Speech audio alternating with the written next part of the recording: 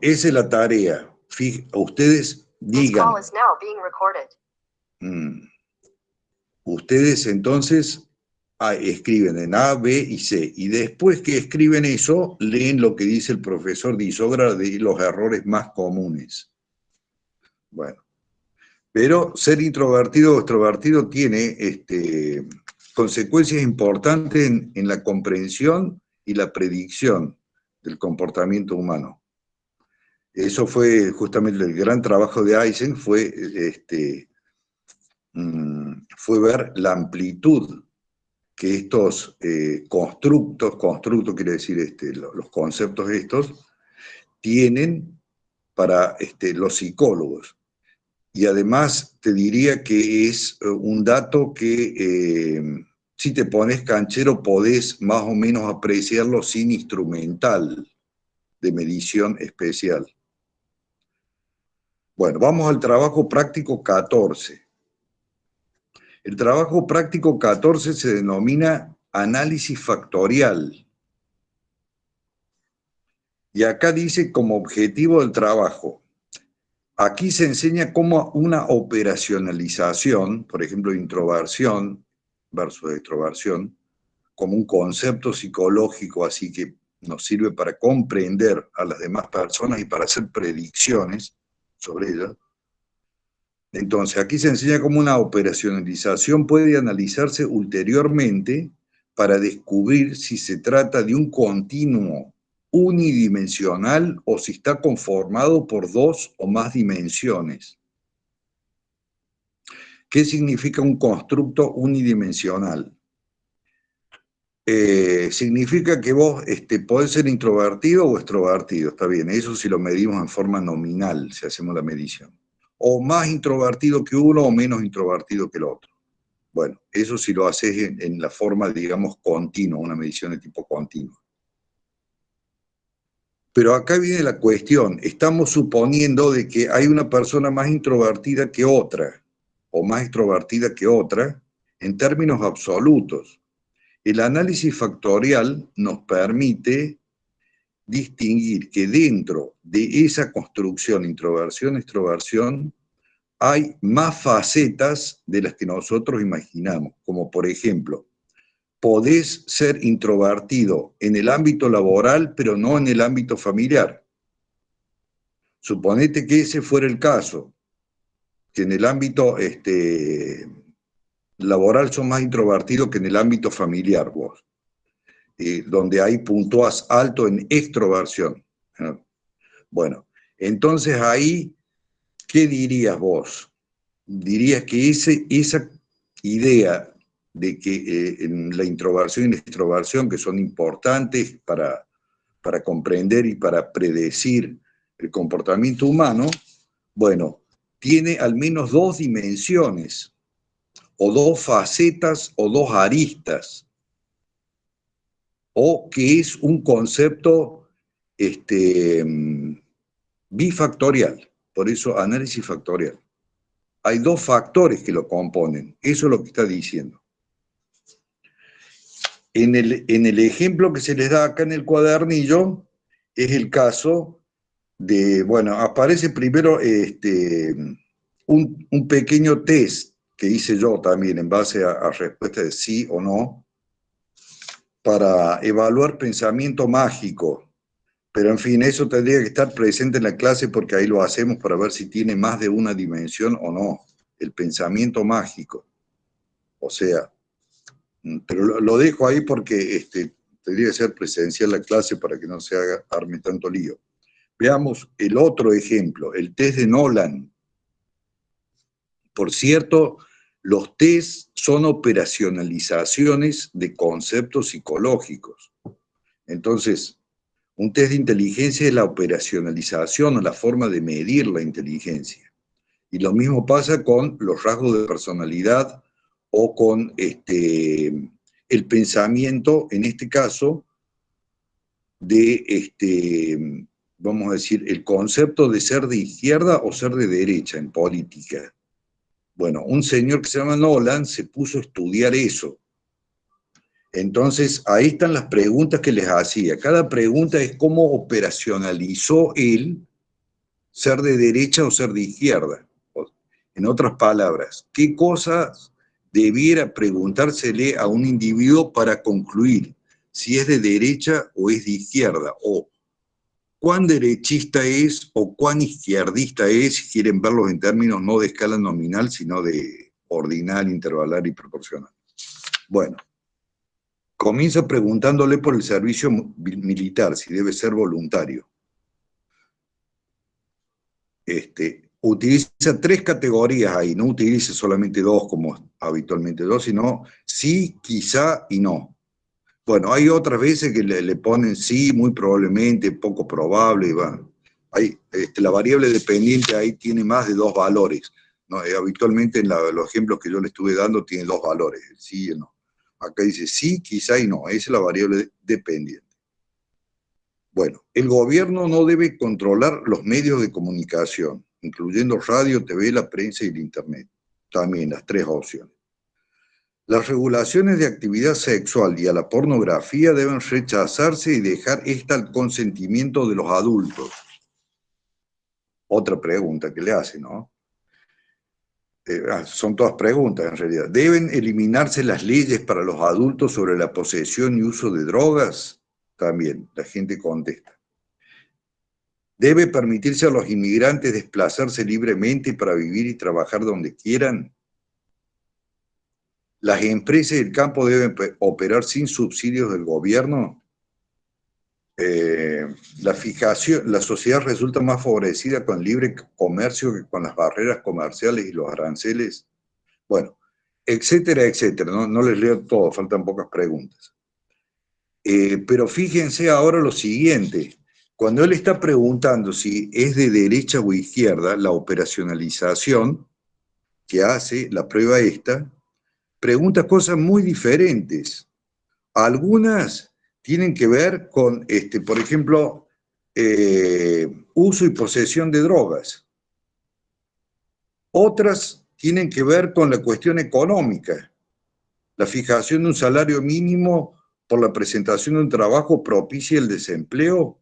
Tienen que ver con una cuestión distinta. Hay otras preguntas también, por ejemplo, las regulaciones de actividad sexual y a la pornografía deben rechazarse y dejar esta al consentimiento de los adultos. Se dan cuenta que son de naturaleza muy distinta. Esto, ¿por qué sucede?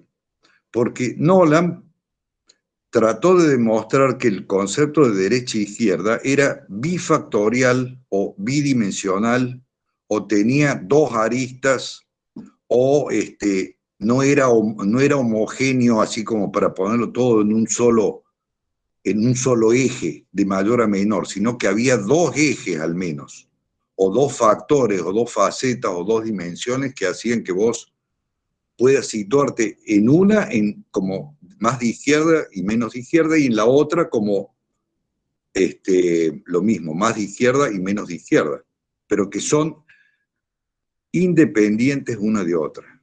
Esa es la cuestión. Entonces, eso es lo que les permite el análisis factorial. Bueno, es algo, es algo que normalmente nosotros no lo concebimos así, como en nuestra mente operando en forma natural, tiene más la tendencia a pensar de que las construcciones que nosotros hacemos como psicólogos para explicar cómo funciona la mente son unidimensionales. También pienso que el concepto, por ejemplo, de masculino y femenino, antes se lo consideraba unidireccional. Por ejemplo, vos tendrías en un extremo la persona hiperfemenina y en el otro extremo la persona hipermasculina. Y a lo largo de ese eje podía situar a las personas como que se aproximaban más a uno u otro de esos extremos, la mayoría seguramente, como nos enseña la curva normal de Gauss, se situarían en un punto intermedio, pero lo estaba considerando un constructo unidimensional, de una sola dimensión.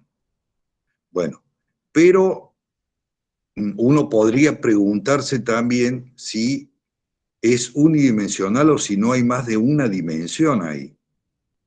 ¿Qué pasa si en cuanto a, por decirte algo, no sé si me ocurre ahora, en cuanto a las cosas que le gustan a una persona son las que le gustan más a las mujeres? Pero en el comportamiento sexual es más parecida a los hombres. Entonces vos tenés ahí que son dos dimensiones distintas las que conforman la idea de masculinidad y feminidad. Bueno, y así se podría seguir con muchos otros ejemplos. En la medida en que vos tengas la sutileza de distinguir esos matices, o sea que está conformado por dos aspectos independientes uno del otro, bueno, se te vuelve más sutil y trabajado el pensamiento y hay menor error en la medición también, cuando lo haces experimental a todo esto.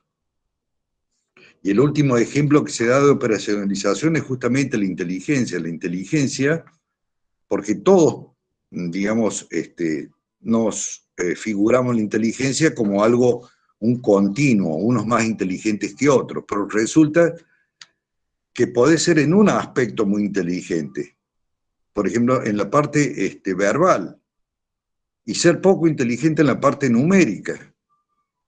Entonces, ¿cómo es el asunto? Bueno, resulta que tiene más de una dimensión el concepto de inteligencia.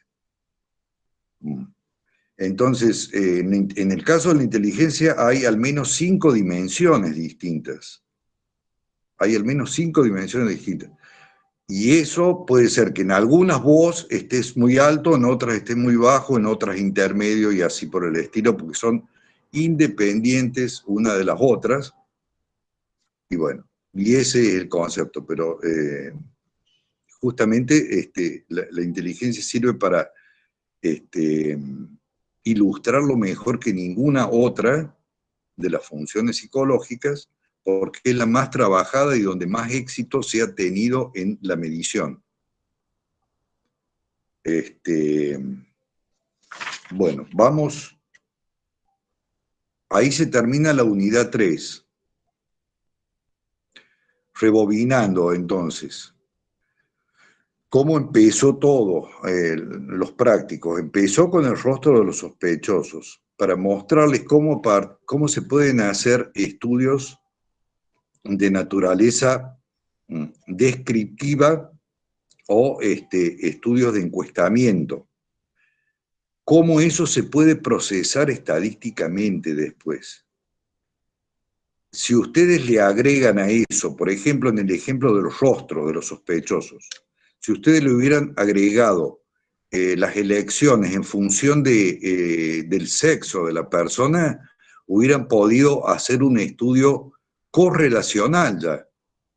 Por ejemplo, las mujeres versus los hombres, ¿cómo ven eso? Probablemente lo vean igual, ¿entendés? Seguiría siendo la predicción que se hizo de que el rostro C iba a ser el elegido mayoritariamente, tal vez se mantenga, pero tal vez no.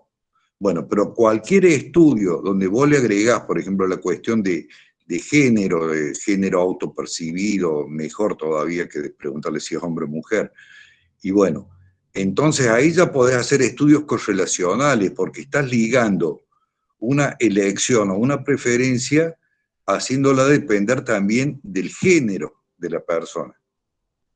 Entonces esos ya son estudios, se llaman correlacionales, que les explicó el profesor Disogra.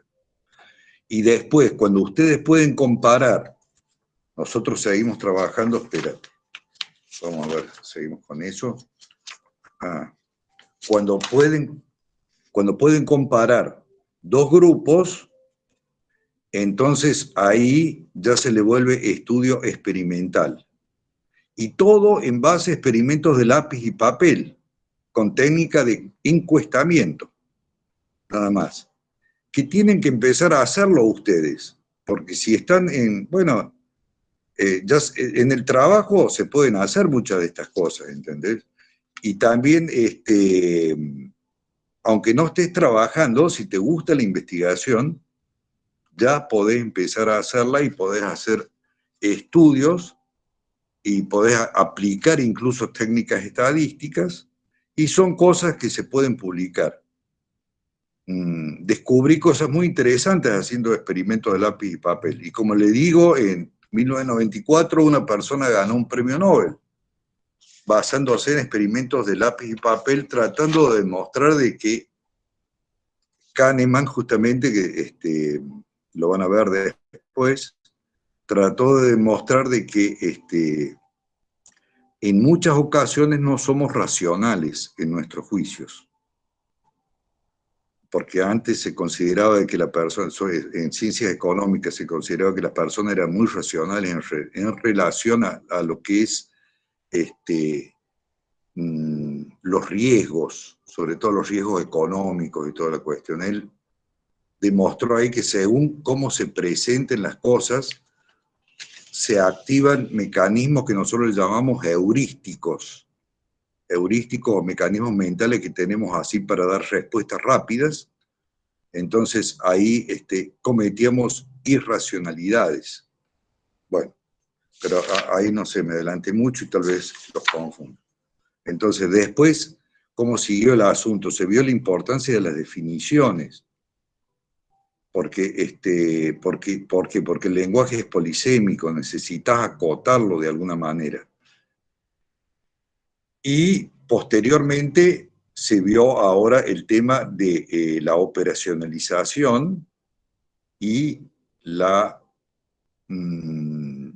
factorización o análisis factorial, para saber si el concepto que estábamos estudiando tenía más de una faceta o más de un aspecto independiente del otro. Bueno, entonces espero que se entusiasmen y que, bueno, empiecen a hacer experimentos. Ustedes ven lo sencillo que son. Y además pueden publicar, son cosas que se pueden publicar. Si ustedes descubren algo interesante, en el caso mío, por ejemplo, descubrí como muy interesante, y ahí lo pongo también, como grupo las mujeres tenían mayor tendencia a leer sobre astrología, no sobre leer los horóscopos astrológicos cuando disponían de tiempo, pero de ahí a creer en los horóscopos es otra cosa. Ahí no había diferencias con los varones. Simplemente lo leía más. Bueno, listo con esto, no sé si quieren hacer alguna pregunta o si no he sido claro. Mariela del Carmen. Sí, hola profe, ¿cómo le va? Quería saber si podrías explicar sobre las dos formas de reduccionismo. Ah, las dos formas de reduccionismo, claro.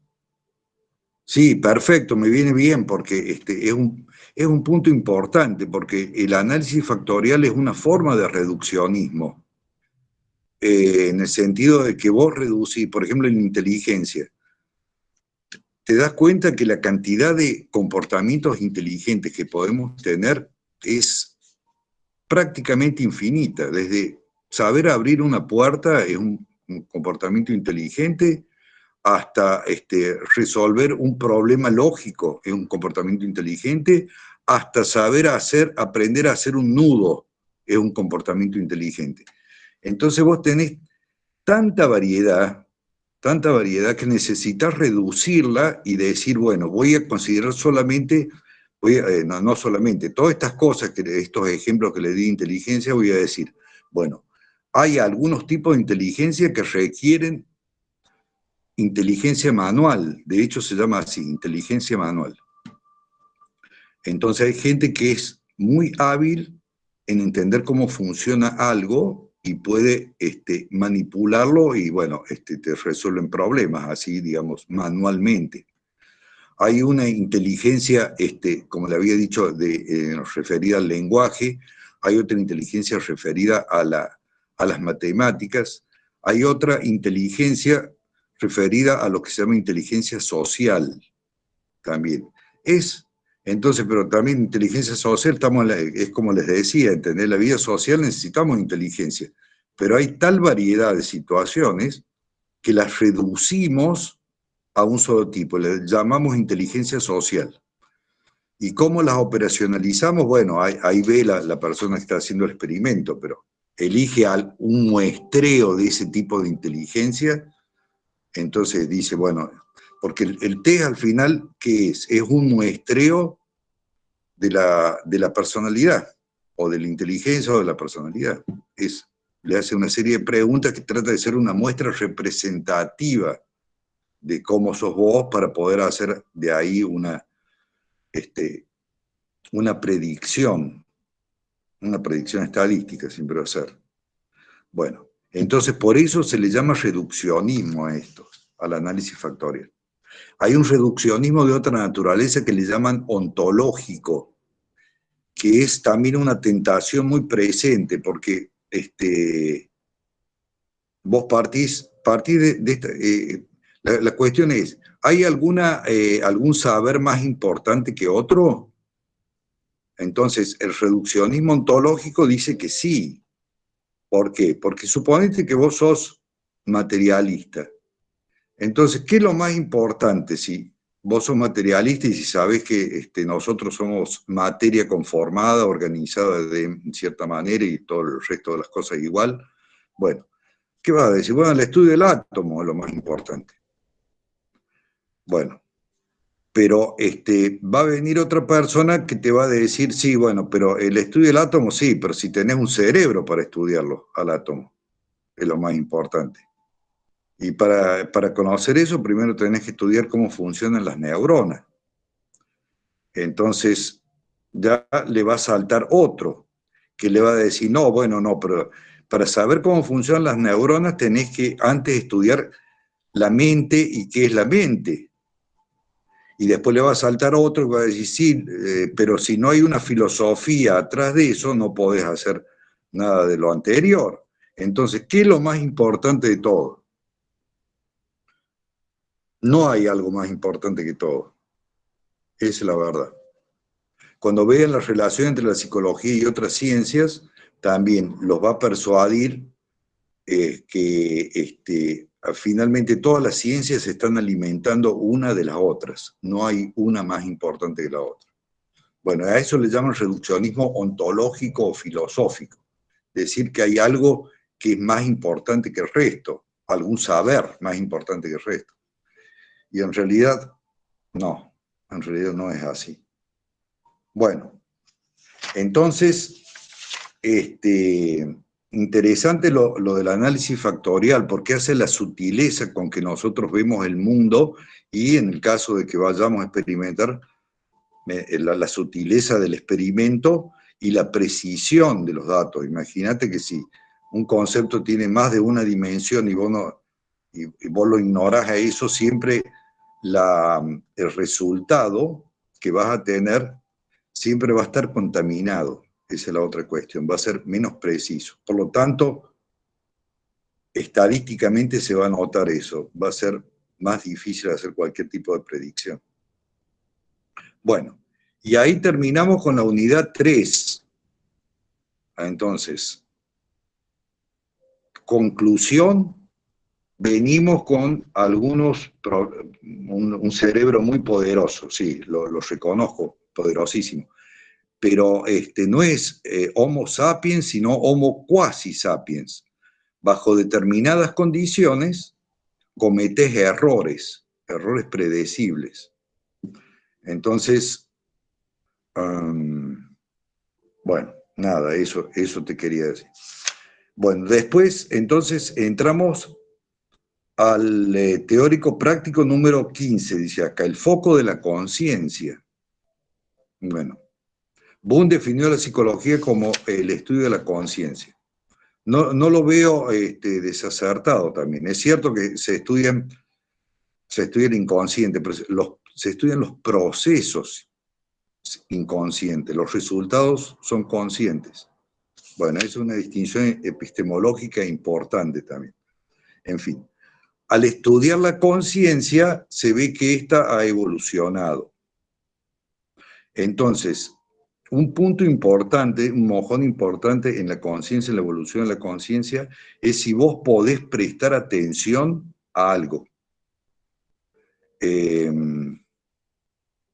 justamente es lo que te hace aprender, porque fíjate, los chicos tienen, como está asociado lo que es el TDAH, como es el déficit por hiperactividad en los chicos, porque hay muchos chicos hiperactivos, cuando son niños son hiperactivos, bueno, con el problema de la inteligencia, que finalmente no logran desarrollar todo su potencial. ¿Por qué? Porque no se los puede concentrar, no se los puede hacer prestar atención a algo. Entonces, por eso entre los chicos que tienen ese déficit de atención, por hiperactividad, y son mayoritariamente varones en la infancia, entonces también te salen con alguna forma de hándicap o disminución de la potencialidad intelectual. ¿Por qué? Porque no han podido prestar atención. Entonces, eso es un mojón muy importante. Enseñarle a los animales y a los niños es difícil por eso, porque no te prestan atención. Entonces, prestar atención es el primer resultado de la evolución de la conciencia, poder prestar atención.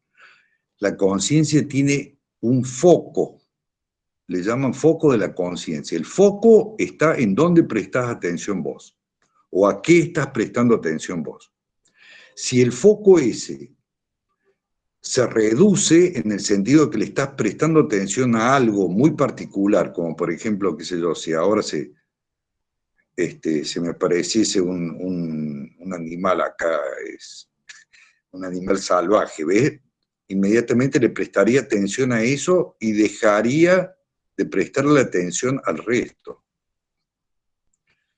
Cuando vos haces que el foco de la atención se concentre mucho, entonces perdés percepción periférica, se llama así. Entonces, bueno, acá hay algo sencillo que lo pueden hacer ustedes con ustedes mismos, lo pueden hacer con su papá, con su mamá, a hermanos, amigos, que, por ejemplo, es medición del tiempo de detección de algo. Acá hay muchas U, pero hay una B corta también que se confunde con la U. La consigna para la persona es, ubique dónde hay una letra que no corresponde a la U en esta serie de letras.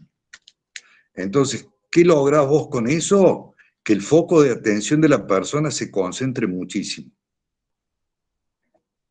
Y bueno, y adicionalmente podés hacer un estudio de tiempo de reacción y controlar desde que empieza el experimento hasta cuando la persona dice, acá está, siendo eso lo correcto. Bueno, ha achicado el foco de la conciencia.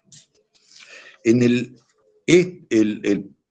mismo práctico se ve el caso del gorila escondido, que yo creo que se los comenté.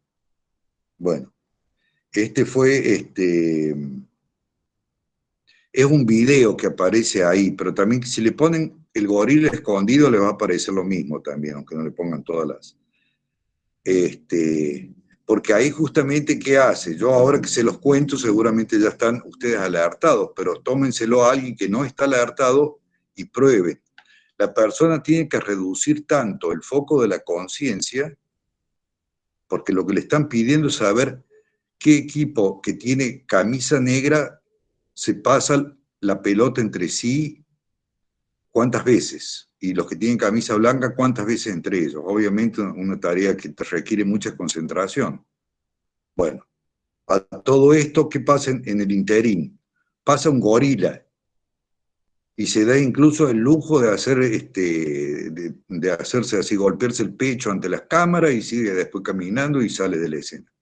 Bueno, entonces, ¿qué es lo que se está observando ahí, en ese video, o lo que van a observar ustedes cuando lo hagan? Algo que se llama ceguera mental. Porque fíjate que si bien dentro del campo de la percepción pasó el cerebro, el ojo lo registró, el cerebro lo registró, la mente no lo registró. Por eso se llama ceguera mental. Hay varios experimentos de estos. Bueno, en la vida diaria nosotros también lo tenemos, te digo, ¿no? Se hicieron experimentos de gente que preguntaba el nombre de una calle y justo se interponía una mudanza y pasaba, y después, bueno, terminaba de pasar el mueble que los sujetos estos experimentales estaban pasando, y resulta que estaba hablando con otra persona. En lugar de esa que le preguntó dónde estaba la calle, se cambió, se puso otra persona vestida muy diferente. Las personas no se daban cuenta de eso. Entonces, esa ceguera mental, bueno, es importante porque, porque nos demuestra que puede haber sensorialmente, puede estar funcionando todo, pero la mente tiene una cierta autonomía en su funcionamiento. Entonces, de allí la importancia. En el trabajo práctico siguiente, el número 16, son los tres rostros de Rembrandt, de Durero, perdón. El rostro del medio corresponde al cuadro original de Durero. Y los otros lo hicieron de la siguiente manera. Lo hicieron tomando la parte izquierda de Durero, la parte izquierda la reprodujeron en la misma cara que tenía la parte izquierda. O sea que es como dos rostros hechos con la parte izquierda de él. Y en el otro son los dos rostros hechos con la parte derecha. El rostro que tienen ustedes a su derecha es el que correspondería si él estuviese gobernado por el hemisferio derecho solamente. Y el rostro de la izquierda es el que correspondería a Durero si estuviera gobernado solamente por el hemisferio izquierdo. Ustedes lo ven y dicen, bueno, sí, algo se parecen, pero podrían ser hermanos, pero no son la misma persona. Bueno, eso es una demostración facial de la existencia de los dos hemisferios y cómo se expresan incluso facialmente estos dos hemisferios. Esto lo pueden hacer ustedes, saben, de una forma, bueno, si manejan qué sé yo, Photoshop o PowerPoint, muchas cosas así, se lo hace con una foto que tengan donde estén centrados y después le cortan una mitad y se la reproducen con la otra mitad bueno, y hacen así el intercambio. Y si no, pueden hacerlo simplemente con una foto carnet suya y tapen la mitad del rostro y observenlo bien, y después tapen la otra mitad y lo observen bien, y ahí también van a apreciar esas diferencias. Bueno,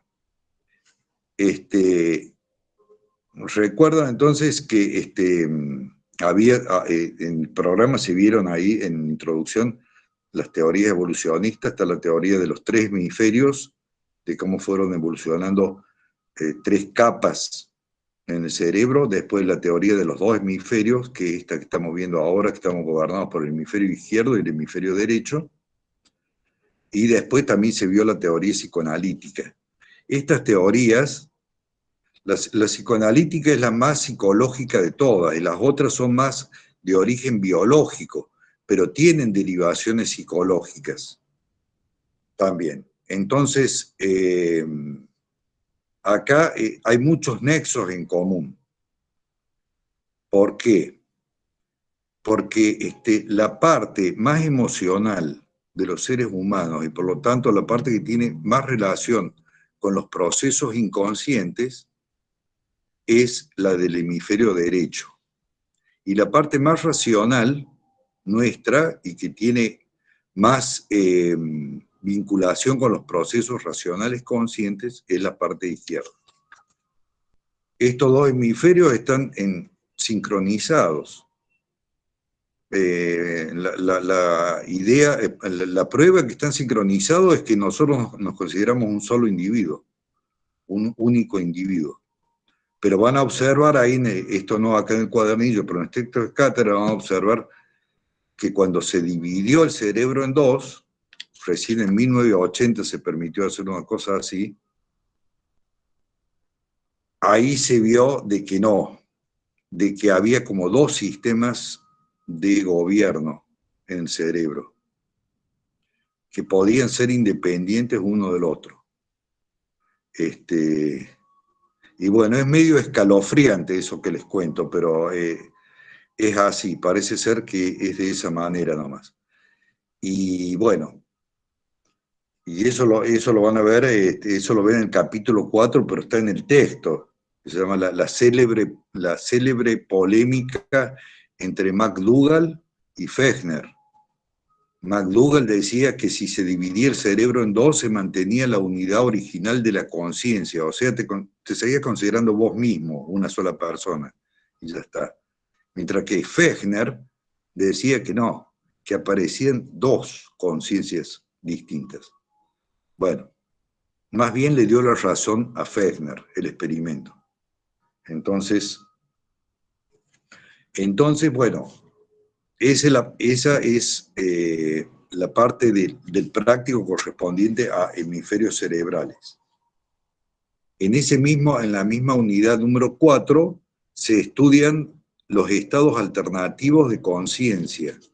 Antes le llamaban estados alterados de conciencia, pero le cambiaron el nombre porque alterado significa algo desadaptado o bien alguna enfermedad.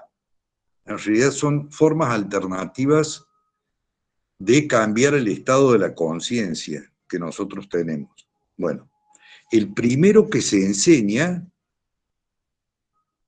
ahí en el capítulo 3, después se acaba el tema de la conciencia, del gran misterio de qué es la conciencia, bueno, es el sueño. El sueño es el estado alternativo de conciencia natural que tenemos, el único que tenemos en forma natural nosotros. O sea, el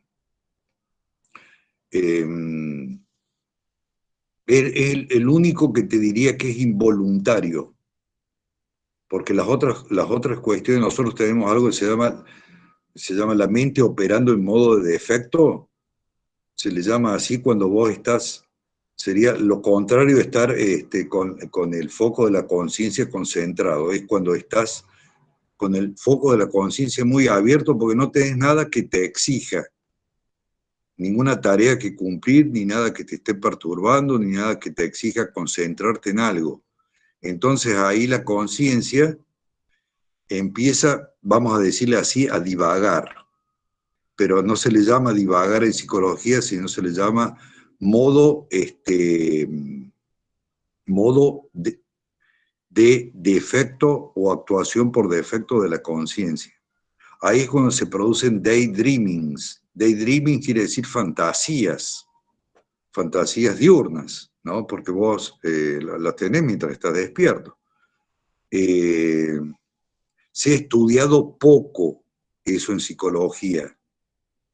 Es muy importante el tema.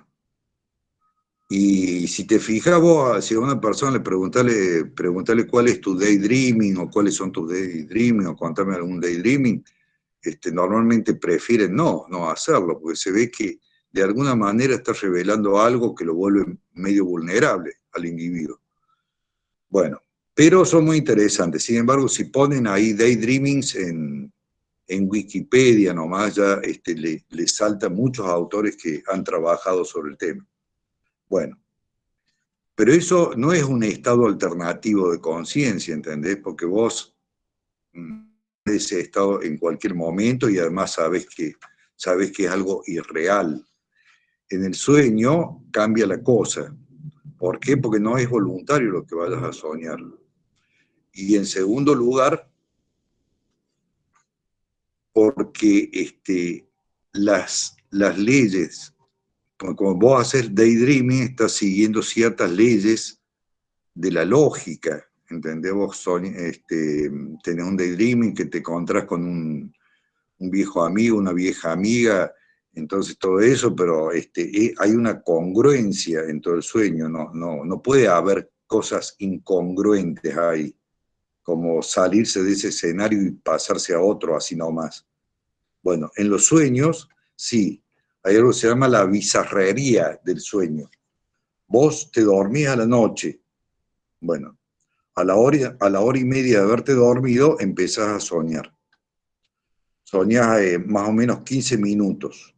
Y después volvés a salir del sueño y seguís durmiendo. Antes se decía que sin soñar, ahora sí se sabe que sigue habiendo actividad mental. Lo que pasa es que no tiene la fuerza ni el impacto que tiene el periodo REM, que es ese donde vos estás soñando. REM o MOR, movimientos oculares rápidos, o Rapid Eye Movement, por eso le llaman REM también. Bueno, entonces hay 5 etapas. La quinta etapa del sueño REM, de cuando estás durmiendo, la quinta etapa, esa que aparece después de la hora y media, de los 90 minutos, entonces eso es lo que se llama sueño REM. Ahí estás durmiendo, pero estás soñando al mismo tiempo. Le llaman sueño paradojal también, porque si te fijas, las onditas que aparecen son muy parecidas a las ondas electroencefalográficas. Son muy parecidas a las ondas que vos tenés cuando estás activo en vigilia. Relajado, pero despierto. Entonces, por eso le dijeron sueño, lo llamaron sueño paradojal. Bueno, muchísima investigación sobre eso, sobre el tema de los sueños, sigue siendo un misterio. No por qué dormimos, porque está claro que si no dormís, morís. Pero ¿por qué soñás? Eso no hay una respuesta así clara por el momento.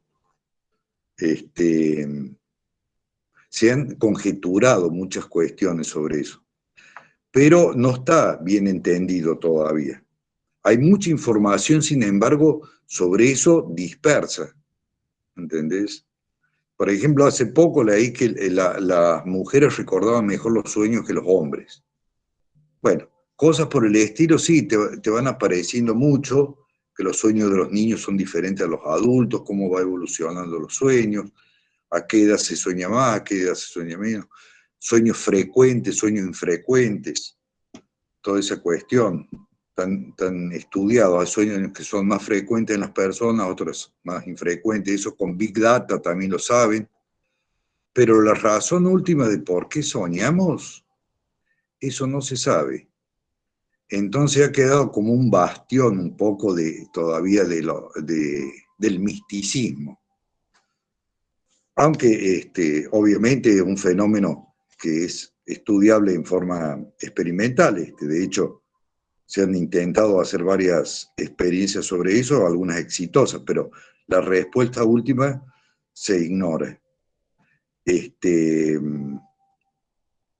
Y bueno, y siempre se las compara las teorías nuevas con respecto a lo que decía Freud, que era una expresión de deseo. Él decía que son psicosis transitorias que nosotros tenemos. ¿Por qué?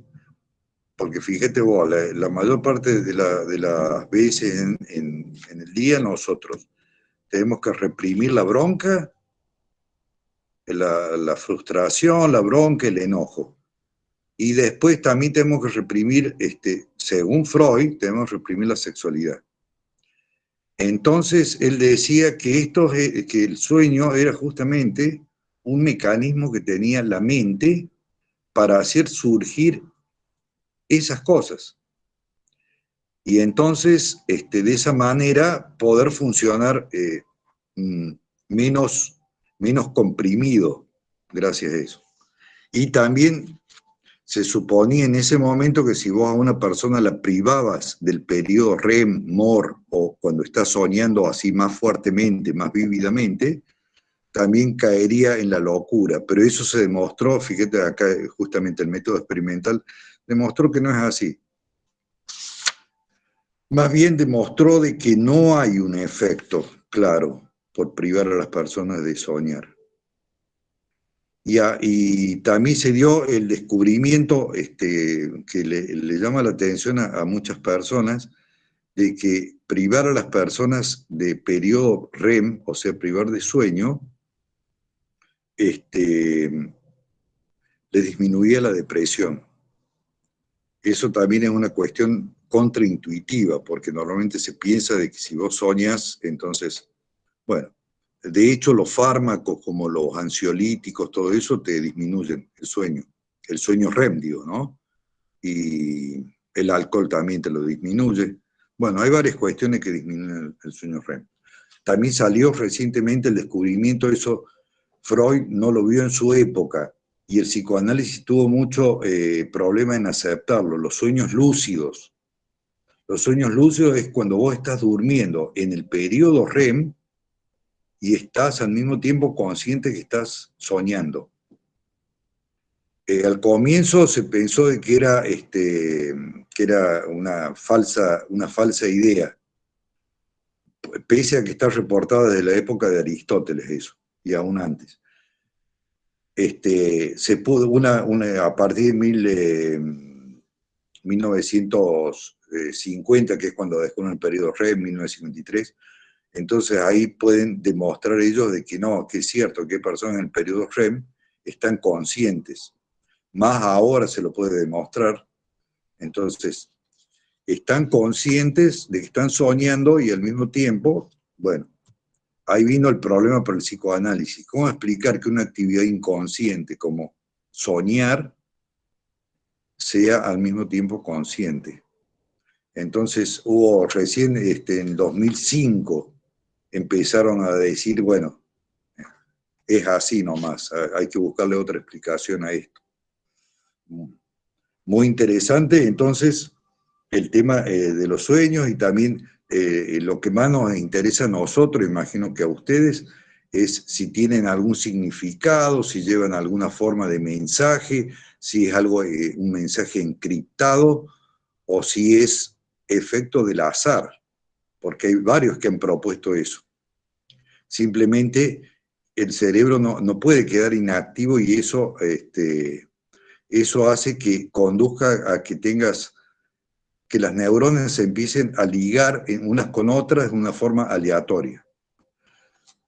Se ha estudiado que los niños, cuando son bebés, y ya en la panza de la madre, cuando son embriones, sueñan. Ustedes se preguntarán, ¿con qué puede soñar un niño en el embrión de la madre? Bueno, no sé, pero sí receptan sonidos ellos, receptan temperaturas, receptan algunas cosas que, bueno, tal vez por ese lado, o tal vez sea ingenua la respuesta y tengan otro tipo de actividad. Vamos a ver. En la primera infancia es cuando más se sueña, quiere decir que ahí el cerebro necesita de alguna manera esa estimulación. Y ya cuando cuando te acercas a la ancianidad, ya cada vez se sueña menos. Entonces, bueno, eso fue también muy importante. Lo más desconcertante es que lo que llaman el rebote REM o rebote MOR, quiere decir si por 1 o 2 noches consecutivas te dejan dormir, pero no te dejan soñar, o sea, te levantas en el momento que estás soñando y proseguir el sueño, pero hasta que vuelve otra vez y ahí te levantas de nuevo. Bueno, lo que sucede después es que viene el rebote REM. Quiere decir que en las noches subsiguientes vos soñás el doble o más, como una compensación a eso que te han eliminado antes, la noche anterior, o 2 noches anteriores.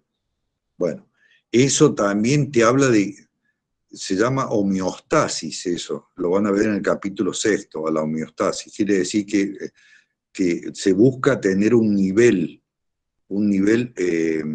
óptimo de estimulación. Bueno, la homeostasis es propio de los procesos primarios. Los procesos primarios están muy ligados a lo que es la supervivencia. Entonces, por eso también les llama la atención y dicen, bueno, pero ¿por qué es tan importante en la supervivencia y al mismo tiempo no podemos descubrir cuál es la función? Y especialmente si es algo aleatorio o si es un mensaje en forma criptográfica, como creía Freud, que decía que para poder seguir durmiendo no podías expresar en forma cruda todos tus deseos, sino que lo tenías que hacer en una forma solapada para vencer la censura. Eso es lo que él creía. Bueno, pero otra cosa también que él creía, que también se ha demostrado ahora que no es así, sostenía que era expresión de deseos. Ahora, si ustedes analizan los sueños que tienen ustedes todas las noches, van a observar que, que es muy diferente al daydreaming. En el daydreaming, cuando ustedes sueñan que se encuentran con un viejo amigo, un compañero, compañera, novio, lo que sea, es placentero todo eso. Pero en el night dreaming, o sea, en el periodo amor, es muy distinta las cosas. Ahí les cito lo que decía Domov. La mayor parte de las veces, cuando estamos soñando, estamos en problemas. Que no encontrás tal cosa, que te olvidaste tal otra, que vas a llegar tarde a tal lugar, que perdiste no sé qué otra cosa. Es como una sucesión de eventos así fallidos constantemente que eso no quiere decir que el sueño no sea reparador, eso es lo más curioso, que uno se levanta y dice, uy, tuve un sueño muy reparador, pero resulta que estamos muy angustiados en lo que se llama sueño. De hecho, la amígdala, que tiene mucho que ver con el miedo, se activa más en el sueño. Bueno, esas cosas son difíciles de explicar con la teoría psicoanalítica. Entonces, más aún todo lo que es pesadilla, por eso Freud al final tuvo que cambiar un poco la teoría. Porque ¿cómo explicás vos si es satisfacción de deseo que estés soñando pesadillas? Él lo veía con el estrés postraumático, se volvía a soñar lo mismo. Bueno, entonces al final dijo, bueno, puede haber aspectos de deseo inconsciente de naturaleza sexual, pero hay algo más también en los sueños que se le escaparon a él. Bueno, pero él es, te digo, la parte más interesante en psicología. Yo estoy logueado a un lugar que se llama Google Academic y le pedí que me mande siempre información sobre cuando aparezca el tema de Dream, especialmente el periodo amor o REM, le escribí ahí, bueno, entonces me mandan y así le va a pasar a ustedes. Si les escriben, le van a mandar sobre eso y lo van a mantener actualizado. Van a ver la variedad de teorías que han aparecido ahora recientemente, muy ingeniosas algunas, bueno, pero hay que probarlas, y esa es la otra cuestión. Bueno, es el estado alterado de conciencia más fuerte, mucho más fuerte que, vamos a decir, que cualquier otro estado alterado de conciencia que se ha descrito hasta la actualidad, porque ahí, fíjate vos que si bien ustedes cuando sueñan, se nos ha fragmentado la memoria. La identidad permanece, pero también en una forma fragmentado todo. Es un tema, y Freud mismo llegó a decir que el estudio de la memoria bajo circunstancias de sueño es de alta importancia para la psicología. Es cierto, vos ahí combinás las cuestiones independientemente del tiempo en que han ocurrido. Bueno, y por supuesto la congruencia también se te resiente, excepto en los sueños lúcidos. Ahí no, ahí vos podés dirigirlo más tipo daydreaming. Eso. También en los sueños, cuando se dan sueños lúcidos, los recordás más, mientras que los sueños habituales los olvidás rápidamente. Pero ha sido una cuestión de segundos, los olvidás. Por abrir los ojos nomás, perdés una información, te diría que perdés la mitad de la información por lo menos. O sea, por el solo hecho de abrir los ojos, después que te has despertado, ¿no? Si los mantenés cerrados, los recordás un poco más, todavía en que estuviste soñando.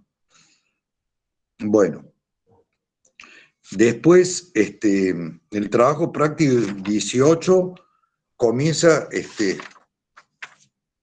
otra forma de alteración de la conciencia son los alucinógenos o drogas psicodélicas.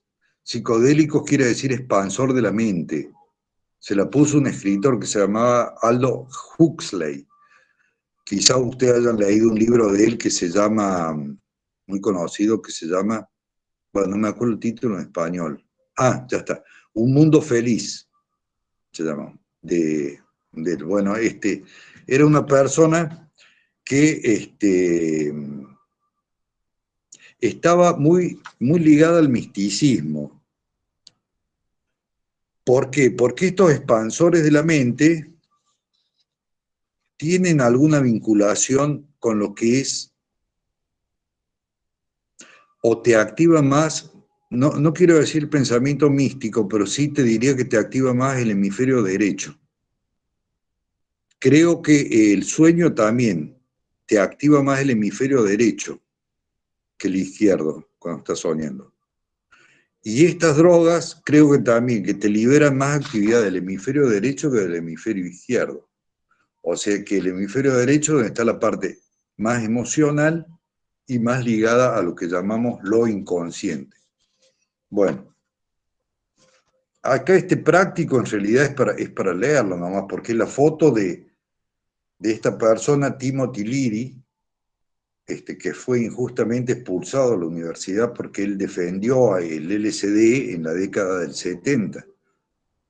En la década del 70 se prohibieron hacer experimentos de estos, un poco antes fue, porque, bueno, fue la época del hipismo esta, pero también fue la época de la guerra de Vietnam. Entonces, uno de los temores que tenían era que si estas sustancias se difundían, el uso de estas sustancias se difundía, iba a caer la moral de combate para las tropas y se iban a rehusar a ir al frente y cosas por el estilo. Entonces, bueno, fue la prohibición de todos los alucinógenos, un año uno, un año el otro, bueno, hasta finalmente en ese momento el LSD estaba muy en auge en cierta parte de la población. Bueno, tuvieron que hacer en secretos algunos experimentos. Hay una persona que se llama Sosha Solgin, un químico ruso emigrado a Estados Unidos, sacó a partir de las fórmulas de Hoffman, que descubre el LSD, sacó variantes, 200 variantes de esas. Una de esas variantes es el éxtasis, pero él no quería llamarle éxtasis, sino que qué sé yo, un tipo que quería hacer comercio, ahí empezó a llamarle éxtasis. Él le llamaba empatógeno. De hecho, a estas drogas psicodélicas se les conoce con el nombre común de enteógenos, también lo pueden googlear como enteógenos, todo junto, significa sustancias que inducen, vamos a decir así, estados alterados místicos relacionados con la divinidad. No inducen alucinaciones, se llaman alucinógenos, pero no inducen alucinaciones, sino interpretaciones que te podría decir que son de naturaleza mística, si querés verlo así, pero mal llamados alucinógenos en realidad. El sueño es lo único que te produce alucinaciones así claramente, verbales sobre todo y auditivas en menor medida. Bueno, entonces, estos enteógenos usados por los chamanes, esa es la cuestión. Y eso trajo también un poco de popularidad al tema, pero bueno, como fueron prohibidos, ahí a los psiquiatras les restaron un instrumento o un fármaco importante para el tratamiento de las personas. Porque se estaban experimentando justamente en casos de depresión los enteógenos. Si traían algún efecto en las personas y si ese efecto era perdurable o no. En fin, tal vez en algún momento se destrabe eso y se pueda volver a hacer investigación con enteógenos, porque para los psiquiatras es bien importante. Acordate que ellos no manejan drogas así tan específicas como en otras áreas de la medicina. Entonces, ya ves, por ejemplo, para quitar la obsesión a las personas, bueno, personas que tienen problemas obsesivos u obsesivos compulsivos, todo eso, tiene medicación, pero no así tan específica. Para quitar la depresión también dan cosas que son tranquilizantes habitualmente, pero que no tienen especificidad. Y el estudio de estas drogas le hubiera podido, sí, darle mayor especificidad, y bueno, y sería parte de la terapia que hacen. Bueno, con eso se concluye el capítulo 4 en lo que tiene que ver con los teóricos, pero en los prácticos, quiero decir. Pero fíjense ustedes en los teóricos, porque ese capítulo 4 es justamente el que más vinculación tiene con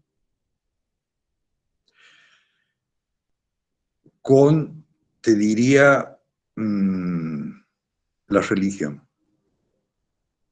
Esa palabra, viste, no es así, la gente, vos le preguntas si es religioso, te dice, no soy religioso, y medio que le molesta, pero en realidad no tiene nada de malo, ¿no?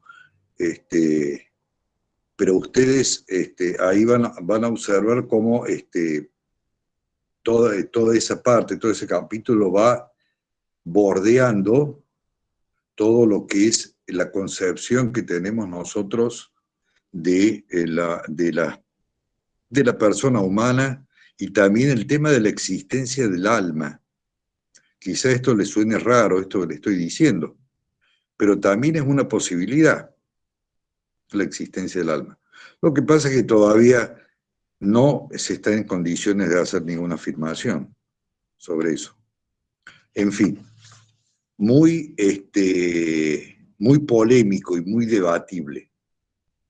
Bueno, y el trabajo teórico práctico número 19 es para que ustedes vean cómo va a ser el primer examen o único examen que van a tener. Entonces ahí tienen que leer qué es lo que le piden que hagan. Bueno, colocar el nombre y todo eso, pero eso obviamente acá ya no tiene sentido porque esto no me lo van a enviar a mí. Les dice ahí, les explica cómo el sistema de calificación. Y acto seguido le dice, porque todo está hecho para la presencialidad, le dábamos una hoja donde tenían esos números, 1, 2, 3, 4, A, B, C y D, para que marquen en la página siguiente, dice hoja de preguntas, para que ustedes no marquen en la hoja de preguntas, sino en esa planilla. Por ejemplo, dice, ¿cuál de estas afirmaciones no se corresponde con lo que se conoce sobre el funcionamiento del hemisferio izquierdo? Y bueno, dicen A, B, C y D. Entonces, pero yo les diría lo siguiente, que antes de leer las preguntas que les hacen, ustedes lean los 4 capítulos sobre el que está basada esas 10 preguntas, y después las respondan y se autocorrijan. Ese es el procedimiento para poder aprovechar realmente esta hoja de símil de lo que es el examen final. Pues si no, no tiene sentido, si no ustedes, ya está, con leer lo que le preguntan, entonces ahí se clavan. Pero no, van a ser otras las preguntas las que le van a hacer. Entonces, lo ideal es que ustedes lean todo y después respondan y se coloquen la nota que le hubiera correspondido de haber sido un examen eso. Bueno, y con esto ya se terminó el capítulo, los prácticos correspondientes al capítulo 4. Entonces, bueno, ya estaría. Ya estaría, Profe, no sé. a ver, tengo entendido, están preguntando por el parcial, mucha ansiedad, por lo que veo como siempre. Y bueno, el parcial tal cual es así como está en el modelo ese, obviamente no son las mismas preguntas, pero por ahí va la cosa. Y tengo entendido, profe, vos desmentime si entra hasta la unidad 4 o entra todo. Claro. Ahí tengo esa duda. 4 incluida. Ah, pero espera, no, estoy diciendo una macana. Creo que eran todas las unidades que se tenían que tomar. Yo también, no me acuerdo qué Era un hablamos solo en la parcial. reunión. En situación normal es así, hasta la unidad 4 el primer parcial, y de la 4 a la 7 el segundo, y la 8 no se tomaba. Pero ahora Sí, ahora hay que estudiar hasta la Hasta unidad, va a la ser un 7, único claro. parcial, pero hasta la unidad 7. Sí, Sí, hasta las 7. Tenía esa duda, hasta la 4 o hasta las 7. Se me hizo una laguna, pero hasta las 7. Ahí va. sí. Hasta las 7 incluida, y gracias por esta observación, porque yo me quedé clavado en la prepandemia. Así que bueno. Sí, bueno, Sí, obvio mira, que se van a explicar y se van a dar en el teórico que tienen que seguir. Claro. claro, más los transversales. Sí, es cierto que van a tener que leer mucho. Es cierto, tendría que empezar desde ahora, es cierto. La mayor parte de las Yo preguntas son... Sí, como compañera de ustedes les diría que recontra estudien el libro de cátedra del profe, que se estudien bien esas unidades y los contenidos transversales los lean después como para unir y complementar. Es mi consejo. Tómenlo, déjenlo. mm, que, bueno, y entonces, bueno, y ahí estaría. Yo no sé si hay una fecha para el parcial, pero bueno, será la última actividad Sí, que hay haga. fecha. Tenemos el 23 de junio, es el parcial. El relatorio es el 30 de junio. Y bueno, y después ya quedaría la examen el 26 de julio y el 13 de agosto. Así serían las fechas. Ajá. Bueno, perfecto, entonces.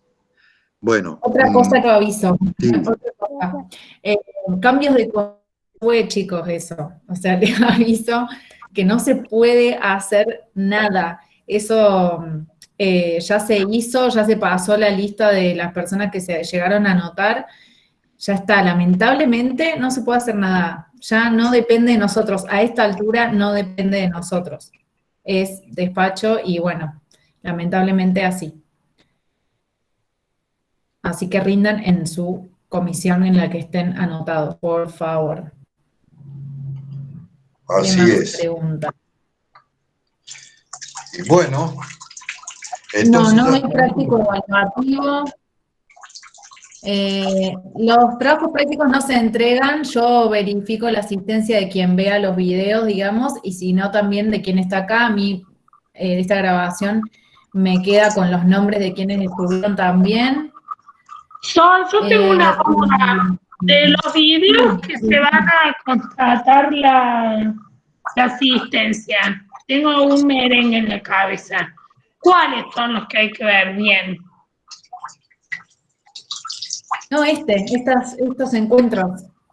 Ah, bárbaro. Como si fueran a clase, digamos. claro. O sea, si se controla la asistencia, ¿qué pasa con los que no se pueden conectar? Porque, por ejemplo, recién estábamos en uno, después nos pasamos a otro, el segundo, los que estábamos en el primero no pudimos entrar. Claro, por eso está la grabación. ¿Qué pasa con la, Y a mí me aparece que nunca.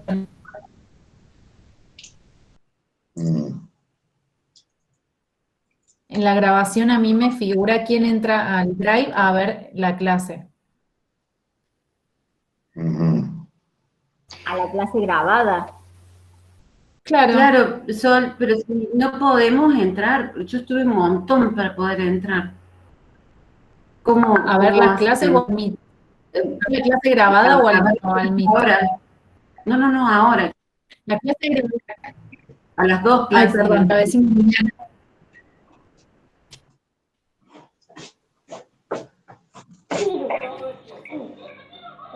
Las dos clases. Aguardo un minuto. A ver si me escuchamos.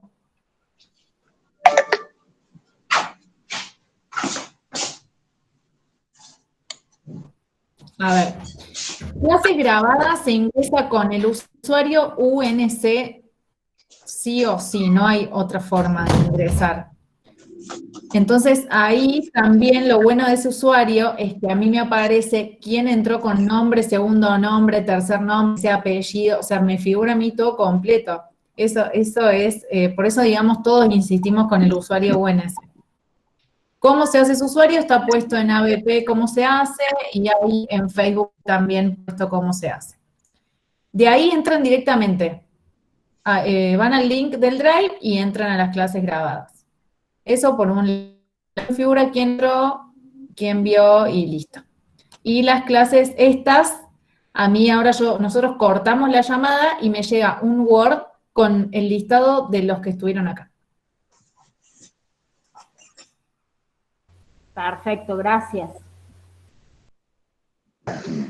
No, Otra cosa que a mí se me cortó, mil perdón, pero estoy como muy perdida con esta materia. Solamente tenemos un parcial y no hay práctico de nada que pongan nota.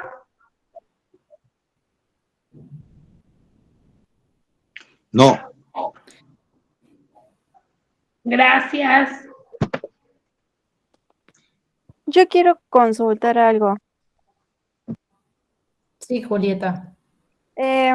Yo había realizado el CONSAE, el trámite para cambiarme a este horario. Consulté varias veces, me dijeron que dependía del profesor y no de ellos. Entonces, o sea, por lo que entiendo, ahora ya no me puedo cambiar porque vos me decís que ya se pasó el tiempo. Entonces, yo tendría que rendir el examen en el horario que me anoté inicialmente, cosa que me sería imposible porque en ese horario estoy trabajando. O sea, yo pasaría ya a quedarme libre si yo no puedo rendir en este horario. Bueno, Julieta, te cuento. Sí, depende de la cátedra y el profesor y demás, pero al margen de que dependa de nosotros, tenemos un tiempo. Esta materia es súper cortita, las clases empezaron tarde, entonces estábamos muy ajustados con el tiempo. Yo publiqué una planilla donde ustedes podían hacer el cambio de comisión. Seguramente, por lo que entiendo que te pasó, la llegaste a ver. Y bueno, habrá estado 4 o 5 días, después me apuraron de a mí de arriba que entregue esa planilla y la tuve que entregar. Pero bueno, estuvo una semana, habrá estado más o menos. 5 días Sí, seguro. La yo esa cuestión es, planilla, yo esa planilla la vi hoy cuando me uní a Facebook y ahí en una publicación de Facebook que vos hiciste, yo ahí vi esa planilla y recién hoy lo pude completar. Pero todo esto yo había estado enviando, conectándome con SAE para ver si... O sea, yo esto lo hice en la claro, primera semana después de que me inscribí, presenté certificado de trabajo y todo, pero sí, bueno, entiendo bien. Sepas bien cómo se manejan estas cuestiones. De ahora en más, ya sabes que es con el profe en primera instancia, nada que ver la SAE, y el profe que manda la lista, el profe que está a cargo de eso, ni siquiera es nuestro profe, de ahora digo, hay un profe de la cátedra que manda la lista a despacho de alumnos, ni siquiera la SAE, y ahí se hace el cambio de comisión. Esto para que lo sepan para siempre, les cuento. Eso por un lado. Y de la otra opción que te puedo dar, que quizá te sirva, es, como vos decís, que no sería lo ideal, cursarla en el cuatrimestre que viene, pero no sería lo ideal porque ya estuviste, digamos, haciendo esto.